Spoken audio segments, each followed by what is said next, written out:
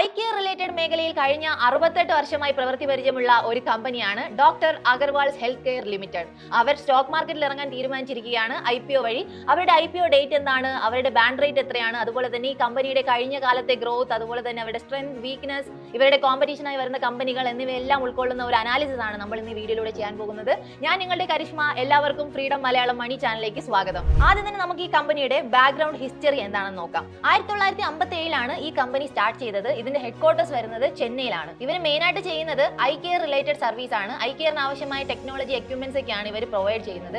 ഇന്ത്യയിൽ മാത്രമല്ല ആഫ്രിക്കയിലും ഏകദേശം 10 രാജ്യങ്ങളിൽ ഇവരുടെ സർവീസ് ഇവർ പ്രൊവൈഡ് ചെയ്യുന്നുണ്ട്. അപ്പോൾ ഇതൊരു ഗ്ലോബലി റെക്കഗ്നൈസ്ഡ് ആയിട്ടുള്ള ഒരു കമ്പനിയാണ്. ആദ്യം തന്നെ നമുക്ക് ഇവരുടെ കമ്പനിയുടെ പോർട്ട്ഫോളിയോ നമ്മൾ നോക്കുകയാണെങ്കിൽ എടുത്തു പറയേണ്ട ഒരു കാര്യമാണ് കോംപ്രഹെൻസീവ് ഐ കെയർ സർവീസ്. അതിനുള്ളിൽ വരുന്നതാണ് cataract surgeries, LASIK and refractive surgery, retina treatments, glaucoma management, paediatric ophthalmology. ഇത്രയുമാണ് ഇവരുടെ ഒരു കോംപ്രഹെൻസീവ് ഐ കെയർ സർവീസിൽ വരുന്നത്. ഇനി നമുക്ക് ഇവരുടെ അഡ്വാൻസ് ടെക്നോളജി ഇന്റഗ്രേഷൻസ് എന്താണെന്ന് നോക്കാം. അതിനുള്ളിൽ വരുന്നതാണ് utilisation of cutting edge equipment and technologies. പിന്നെ അതിനുള്ളിൽ വരുന്നതാണ് emphasis on patient centric care. ഇത്രയുമാണ് ഇവരുടെ അഡ്വാൻസ് ടെക്നോളജിയിൽ വരുന്നത്. നമുക്കിനി ഈ കമ്പനിയുടെ നെറ്റ്വർക്ക് ആൻഡ് റീച്ച് എത്രയാണെന്ന് നോക്കാം.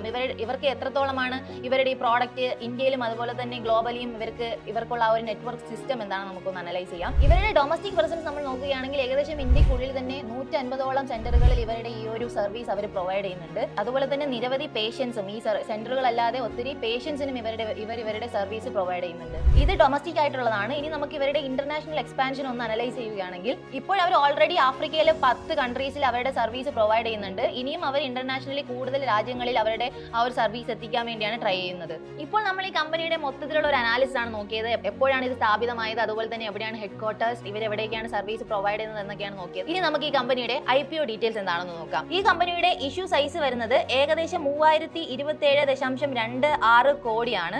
അതിൽ ഫ്രഷ് ഇഷ്യൂ സൈസ് വരുന്നത് 300 കോടിയും അതുപോലെ തന്നെ ഓഫർ ഫോർ സെയിൽ വരുന്നത് 6,78,42,284 ആണ് ഇവരുടെ ഓഫർ ഫോർ സെയിൽ വരുന്നത്. പിന്നെ ഇവരുടെ പ്രൈസ് ബാൻഡ് വരുന്നത്, ഇവർ എത്ര രൂപയ്ക്കാണ് ഇവരുടെ ഷെയർ വിൽക്കുന്നതെന്ന് വരുന്നത് ഏകദേശം 382 രൂപ മുതൽ 402 രൂപയാണ് ഒരു പെർ ഷെയറിന് വരുന്നത്. ഇവരുടെ ഫേസ് വാല്യൂ വരുന്നത് 1 rupees പെർ ഇക്വിറ്റി ഷെയർ ആണ് വരുന്നത്. ലോട്ട് സൈസ് 35 ആണ്. 35 ലോട്ട് എടുത്താലേ നമുക്ക് ഒരു ഷെയർ മേടിക്കാൻ പറ്റുള്ളൂ. ഒരു ഷെയറിന്റെ വാല്യൂ ഇൻറ്റു ഈ 35 ലോട്ട് സൈസ് എടുക്കുമ്പോൾ നമ്മൾ ഏകദേശം 14,070 രൂപ മുടക്കിയാൽ മാത്രമേ നമുക്ക് ഒരു ഷെയർ മേടിക്കാൻ സാധിക്കുകയുള്ളൂ. ഇനി നമുക്ക് വളരെ ഇമ്പോർട്ടന്റ് ആയിട്ടുള്ള ഒരു കാര്യം നോക്കാം. IPO time line. എന്നാണ് ഈ IPO ഇഷ്യൂ ചെയ്യുന്നത്, എന്നാണ് അവസാനിക്കുന്നത്, അതുപോലെ തന്നെ എന്നാണ് ലിസ്റ്റിംഗ് ഡേറ്റ് വരുന്നത്, അതൊക്കെ എന്നാണെന്ന് നമുക്ക് നോക്കാം. ഓപ്പണിംഗ് ഡേറ്റ് വരുന്നത് ജാനുവരി 29, 2025 ആണ്. ഇവരുടെ ക്ലോസിംഗ് ഡേറ്റ് വരുന്നത് ജാനുവരി 31, 2025 ആണ്. വളരെ ലിമിറ്റഡ് ദിവസമേ ഉള്ളൂ. 29-ാം തീയതി തുടങ്ങി 31-ാം തീയതി അവസാനിക്കുന്നു. നിങ്ങൾ മേടിക്കാൻ പ്ലാൻ ഉണ്ടെങ്കിൽ ഈ ഒരു ടൈം പീരീഡിനുള്ളിൽ വാങ്ങാൻ ശ്രമിക്കുക. അതുപോലെ തന്നെ ലിസ്റ്റിംഗ് ഡേറ്റ് വരുന്നത് ഫെബ്രുവരി 5 ആണ്. IPO എന്താണെന്ന് എല്ലാവർക്കും അറിയാം, ഇനിഷ്യൽ പബ്ലിക് ഓഫറിംഗ്. അപ്പോൾ ഈ ഓരോ കമ്പനിയും അവരുടെ IPO ലോഞ്ച് ചെയ്യുമ്പോൾ അവർക്ക് എന്തെങ്കിലും ഒരു പർപ്പസ് ഉണ്ടാവും. ഈ കമ്പനിയുടെ പർപ്പസ് എന്താണെന്ന് നമുക്കിനി നോക്കാം. ആദ്യം തന്നെ അവർ ഫോക്കസ് ചെയ്യുന്നത് ഡെപ്റ്റ് റിഡക്ഷൻ ആണ്. ഒരു കമ്പനി ആകുമ്പോൾ ആ കമ്പനിക്ക് ചില കടങ്ങൾ ഉണ്ടാകാനുള്ള ചാൻസസ് വളരെ ഏറെയാണ്. ആദ്യം തന്നെ അവർ ശ്രമിക്കാൻ പോകുന്നത് ആ കമ്പനിയുടെ കടങ്ങളെല്ലാം സോൾവ് ചെയ്യുക, കടങ്ങളെല്ലാം തീർക്കുക എന്നതാണ് ഈ IPOയിലൂടെ, ഈ IPOയിൽ നിന്ന് ലഭിക്കുന്ന കാശിലൂടെ അവർ ഫസ്റ്റ് ചെയ്യാൻ ഉദ്ദേശിക്കുന്നത്. രണ്ടാമതായി അവർ ചെയ്യാൻ പോകുന്നത് എക്സ്പാൻഷൻ പ്ലാൻ. ഓൾറെഡി അവർ ഇന്ത്യനുള്ളിൽ തന്നെ 150ഓളം സെന്റേഴ്സിന് അവരുടെ സർവീസ് പ്രൊവൈഡ് ചെയ്യുന്നുണ്ട്. അതുപോലെ തന്നെ ആഫ്രിക്കയിലെ 10 കൺട്രീസിലും അവരുടെ സർവീസ് പ്രൊവൈഡ് ചെയ്യുന്നുണ്ട്. ഇപ്പോൾ ഇവർക്ക് IPOയിലൂടെ കിട്ടുന്ന പണത്തിലൂടെ അവരുടെ കടം തീർക്കുകയും പിന്നെ ഈ കമ്പനി കൂടുതൽ എക്സ്പാൻഡ് ചെയ്യാനും അവർ പ്ലാൻ ചെയ്യുന്നുണ്ട്. പിന്നെ കുറച്ച് എമൗണ്ട് അവരുടെ ജനറൽ കോർപ്പറേറ്റ് പർപ്പസിനായിട്ടും ഉപയോഗിക്കുന്നുണ്ട്. ഒരു IPOയിൽ നമ്മൾ ഇൻവെസ്റ്റ് ചെയ്യുന്നതിന് മുമ്പ് ആദ്യം നമ്മൾ ചെയ്യേണ്ട ഒരു കാര്യം ആ കമ്പനിയുടെ കഴിഞ്ഞ കാലങ്ങളിലെ പെർഫോമൻസ് എങ്ങനെയായിരുന്നു എന്നതാണ് നമ്മൾ നോക്കേണ്ടത്. ആ കമ്പനിയുടെ റവന്യൂ എങ്ങനെയാണ്, പ്രോഫിറ്റ് എങ്ങനെയാണ്, അതൊക്കെ നമ്മളൊന്ന് അനലൈസ് ചെയ്തതിനു ശേഷം മാത്രമേ ആ കമ്പനിയിലോട്ട് ഇൻവെസ്റ്റ് ചെയ്യാൻ പാടുള്ളൂ. നമ്മളപ്പോൾ ഈ ഒരു കമ്പനിയുടെ കഴിഞ്ഞ കാലത്തെ പെർഫോമൻസ് എങ്ങനെയാണെന്ന് ഒന്ന് അനലൈസ് ചെയ്യാം. 2021 മുതൽ 2024 വരെയുള്ള കാലഘട്ടത്തിലെ അവരുടെ പെർഫോമൻസ് എങ്ങനെയാണെന്ന് നമുക്ക് നോക്കാം. ആദ്യം തന്നെ 2021 മുതൽ 2022 വരെയുള്ള ഫിസിക്കൽ ഇയറിലെ അവരുടെ revenue, profit after tax, net worth, net profit margin എന്നിവ എന്താണെന്ന് നമുക്കൊന്ന് അനലൈസ് ചെയ്യാം. ആദ്യം തന്നെ 2021 മുതൽ 2022 വരെയുള്ള കാലയളവിലെ അവരുടെ റവന്യൂ വരുന്നത് 713.78 കോടി രൂപയാണ് അവരുടെ റവന്യൂ. അവരുടെ പ്രോഫിറ്റ് ആഫ്റ്റർ ടാക്സ് വരുന്നത് 43.16 കോടി രൂപയാണ്. നെറ്റ് വർത്ത് വരുന്നത് 338.21 കോടി രൂപയാണ്. നെറ്റ് പ്രോഫിറ്റ് മാർജിൻ വരുന്നത് 6.05% ആണ്. ഇനി നമുക്ക് ആ കമ്പനിയുടെ 2022 മുതൽ 2023 വരെയുള്ള കാലയളവിലെ അവരുടെ പ്രോഫിറ്റ്, റവന്യൂ ഒക്കെ നമുക്കൊന്ന് അനലൈസ് ചെയ്യാം. അതിന് തന്നെ അവരുടെ റവന്യൂ വരുന്നത് 1031.49 കോടി രൂപയാണ്. നല്ലൊരു ഗ്രോത്ത് ആണ് ഉണ്ടായിരിക്കുന്നത്. കാരണം 713 നിന്ന് 1031 എന്നൊരു ഗ്രോത്തിലേക്ക് ഉയർന്നിട്ടുണ്ട്. അപ്പോൾ ഗ്രോത്ത് ഉള്ള ഒരു കമ്പനിയാണ്. അവരുടെ പ്രോഫിറ്റ് ആഫ്റ്റർ ടാക്സ് വരുന്നത് 103.23 കോടിയാണ്. നെറ്റ് വർത്ത് വരുന്നത് 659.07 ആണ്. ഡബിൾ ആയിട്ടുണ്ട് ഏകദേശം. കാരണം 2021 മുതൽ 2022 വരെയുള്ള കാലഘട്ടത്തിൽ 338.21 കോടിയും ഒരു വർഷം കഴിഞ്ഞപ്പോഴത്തേക്കും അവരുടെ നെറ്റ് വർത്ത് വരുന്നത് 659.07 കോടിയുമാണ്. അവരുടെ നെറ്റ് പ്രോഫിറ്റ് മാർജിൻ വരുന്നത് 10.01 ആണ്. ഇനി നമുക്ക് 2023 മുതൽ 2024 വരെയുള്ള കാലഘട്ടത്തിലെ ആ കമ്പനിയുടെ ഒരു ഗ്രോത്ത് എങ്ങനെയാണെന്ന് നമുക്ക് അനലൈസ് ചെയ്യാം. അവരുടെ റവന്യൂ, ഈ ഒരു കാലയളവിൽ അവരുടെ റവന്യൂ വരുന്നത് 1376.45 കോടി രൂപയാണ്. പ്രോഫിറ്റ് ആഫ്റ്റർ ടാക്സ് വരുന്നത് 95.05 കോടി രൂപയാണ്. നെറ്റ് വർത്ത് വരുന്നത് 1379.51 കോടി രൂപയാണ്. നെറ്റ് പ്രോഫിറ്റ് മാർജിൻ വരുന്നത് 6.90 ആണ്. അതായത് ഇവരുടെ വളർച്ചയാണ് നമുക്ക് ഈ ഒരു കാലയളവിൽ കാണാൻ സാധിക്കുന്നത്. ഇപ്പോൾ IPO ഇവർക്ക് കൂടുതൽ ഫണ്ട് ലഭിക്കുകയും അവരുടെ കടങ്ങൾ ഇല്ലാതാവുകയും അവരുടെ കമ്പനി കൂടുതൽ എക്സ്പാൻഡ് ചെയ്യാൻ അവർ പ്ലാൻ ചെയ്യുന്നുണ്ട്. അപ്പോൾ വീണ്ടും ഇവരുടെ റവന്യൂ വളരാൻ തന്നെയാണ് ചാൻസസ്. ഇനി നമുക്ക് ഈ കമ്പനിയുടെ കീ ഫിനാൻഷ്യൽ മെട്രിക്സ് നോക്കാം. ഇവരുടെ ഏർണിംഗ്സ് പെർ ഷെയർ വരുന്നത് 3.14 ആണ്. അത് 2023 മുതൽ 2024 വരെയുള്ള കാലഘട്ടത്തിലാണ്. റിട്ടേൺ ഓൺ നെറ്റ് വർത്ത് വരുന്നത് 6.21%. ഇത് 2023 മുതൽ 2024 വരെയുള്ള കാലഘട്ടത്തിലാണ്.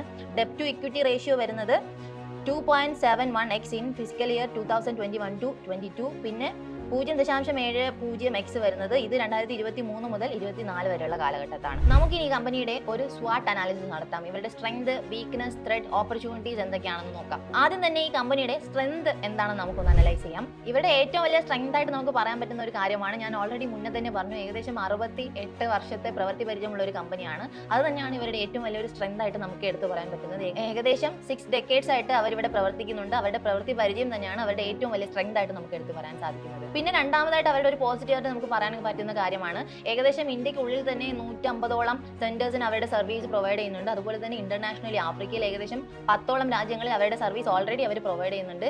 ഈ കമ്പനി കൂടുതൽ എക്സ്പാൻഡ് ചെയ്യുകയും കൂടുതൽ ഗ്രോത്ത് ഉണ്ടാകുകയും ചെയ്യുമ്പോൾ അവരുടെ സർവീസ് വീണ്ടും കൂടുതൽ ഇന്റർനാഷണലി കൂടുതൽ രാജ്യങ്ങളിൽ എക്സ്പാൻഡ് ചെയ്യുകയും അങ്ങനെ ഈ ഒരു കമ്പനി കൂടുതൽ വളരാനുമുള്ള ചാൻസസ് വളരെ കൂടുതലാണ്. അത് നമുക്കൊരു പോസിറ്റീവ് ആയിട്ട് എടുത്ത് പറയാൻ പറ്റുന്ന കാര്യമാണ്. പിന്നെ നമുക്ക് വളരെ പോസിറ്റീവായിട്ട് എടുത്ത് പറയാൻ പറ്റുന്ന മറ്റൊരു കാര്യമാണ് അവരുടെ ഫിനാൻഷ്യൽ സ്റ്റെബിലിറ്റി. കഴിഞ്ഞ കുറേ കാലങ്ങളിലായിട്ട് അവർക്ക് നല്ല രീതിയിലുള്ള ഗ്രോത്ത് ആണ് ഉണ്ടായിക്കൊണ്ടിരിക്കുന്നത്. അതുകൊണ്ട് വീണ്ടും ഇത് തന്നെ കണ്ടിന്യൂ ചെയ്യാനാണ് ചാൻസസ്. കാരണം IPOയുടെ ഹെൽപ്പ് ഒന്നും ഇല്ലാതെ തന്നെ ഓൾറെഡി ഗ്രോവിംഗ് ആയിട്ടുള്ള ഒരു കമ്പനിയാണ്. അപ്പോൾ ഈ ഒരു ഫണ്ടും കൂടെ കിട്ടുമ്പോൾ ഈ കമ്പനി കൂടുതൽ വളരാനാണ് ചാൻസസ്. പിന്നെ ഈ കമ്പനിയുടെ വീക്ക്നെസ് ആയിട്ട് നമുക്ക് എടുത്തു പറയാൻ പറ്റുന്നത് ഹെൽത്ത് കെയർ സർവീസിനായിട്ട് മറ്റുള്ളവരെ ആശ്രയിക്കുന്നു. കാരണം ആർക്കെങ്കിലും ഇവരുടെ സർവീസ് ആവശ്യമുണ്ടെങ്കിൽ മാത്രമേ ഇവർക്ക് അത് പ്രൊവൈഡ് ചെയ്യാൻ പറ്റുള്ളൂ. അല്ലെങ്കിൽ ഇവരുടെ കമ്പനി വെറുതെ നോക്കിയിരിക്കേണ്ടി വരും. അപ്പോൾ ഈ ഒരു ഡിപ്പെൻഡൻസിനെ നമുക്കൊരു നെഗറ്റീവായിട്ട് എടുത്ത് പറയാൻ പറ്റും. അതുപോലെ തന്നെ മറ്റൊരു നെഗറ്റീവായിട്ട് നമുക്ക് എടുത്തു പറയാൻ പറ്റുന്ന ഒരു കാര്യമാണ് ഇവരുടെ ടെക്നോളജിക്കും അതുപോലെ തന്നെ ഈ കമ്പനിയുടെ എക്സ്പാൻഷന് വേണ്ടി കൂടുതൽ ക്യാപിറ്റൽ ആവശ്യമുണ്ട്, കൂടുതൽ പണം ആവശ്യമുണ്ട്. അപ്പോൾ ഒത്തിരി കാശുണ്ടെങ്കിൽ മാത്രമേ ഈ കമ്പനിക്ക് ഒരു എക്സ്പാൻഷനും അതുപോലെ തന്നെ അവിടുത്തെ ടെക്നോളജിയും ചെയ്യാൻ സാധിക്കുകയുള്ളൂ. അതൊരു നെഗറ്റീവ് സൈഡായിട്ട് നമുക്ക് എടുത്തു പറയാൻ സാധിക്കും. ഇനി ഈ കമ്പനിയിലെ ഫ്യൂച്ചറിലെ ഓപ്പർച്യൂണിറ്റീസ് എന്താണെന്ന് നമുക്കൊന്ന് നോക്കാം. ഐകെയർ ടെക്നോളജിയിൽ ഉയർന്നു വരുന്ന ഡിമാൻഡ് തന്നെയാണ് ഈ കമ്പനിയുടെ ഫ്യൂച്ചറിലെ ഒരു ഓപ്പർച്യൂണിറ്റി ആയിട്ട് നമുക്ക് പ്രധാനമായി എടുത്തു പറയാൻ പറ്റുന്ന ഒരു കാര്യം. പിന്നെ നമുക്ക് എടുത്തു പറയാൻ പറ്റുന്ന ഒരു കാര്യമാണ്, ഓൾറെഡി അവർ ആഫ്രിക്കയിലെ 10 രാജ്യങ്ങളിൽ അവരുടെ സർവീസ് പ്രൊവൈഡ് ചെയ്യുന്നുണ്ട്. ഇപ്പോൾ ഇവരുടെ IPOയിലൂടെ ഇവർക്ക് ഫണ്ട് ലഭിക്കുകയും കൂടുതൽ എക്സ്പാൻഷൻ നടക്കുകയും അപ്പോൾ ഇവരുടെ സർവീസ് കൂടുതൽ ഇന്റർനാഷണൽ കൺട്രികളിൽ പ്രൊവൈഡ് ചെയ്യാനുള്ള ചാൻസസ് കൂടുതലാണ്.